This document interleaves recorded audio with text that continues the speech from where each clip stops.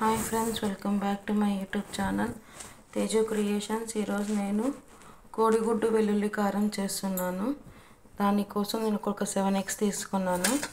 అలాగే ఉల్లిపాయలు, పచ్చిమిర్చి, కరివేపాకు, వెల్లుల్లి కారము. మీకు రెసిపీ కావాలంటే నా ఛానల్లో ఉంది, ఒకసారి చూసుకోండి.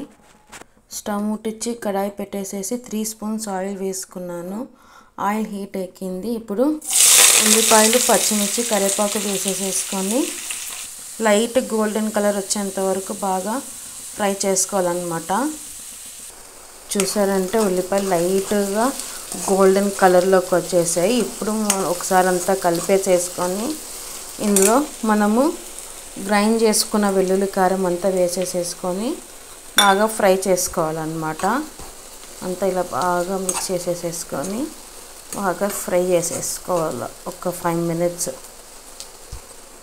ఇందులో కొంచెం పసుపు యాడ్ చేసేసుకొని అంత బాగా మిక్స్ చేసేసుకుందాము.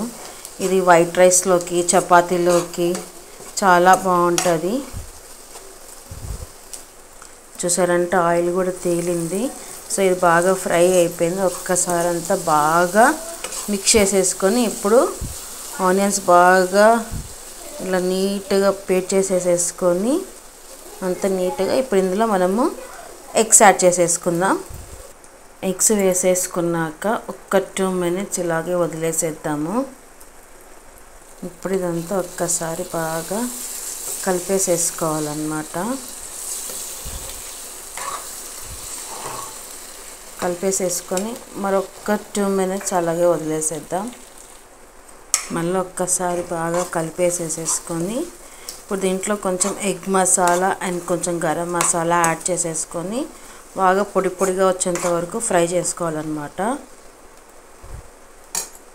కొద్దిగా గరం మసాలా, కొద్దిగా ఎగ్ మసాలా వేసేసుకొని బాగా కలుపుకోవాలి.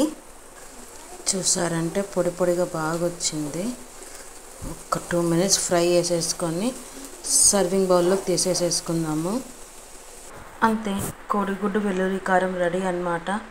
ఎప్పుడన్నా మనకు నోరు బాధినప్పుడు ఇట్లా కొంచెం వెల్లుల్లి కారం, కోడిగుడ్డు వేసుకొని చేసుకొని తిన్నామంటే నోరు చాలా బాగుంటుంది. తప్పకుండా మీరు కూడా ట్రై చేయండి. ఈ వీడియో కనుక నచ్చట్లయితే లైక్ చేయండి, షేర్ చేయండి, సబ్స్క్రైబ్ చేసుకోండి. Please do like, share and subscribe to Teju creations. Thanks for watching. Bye.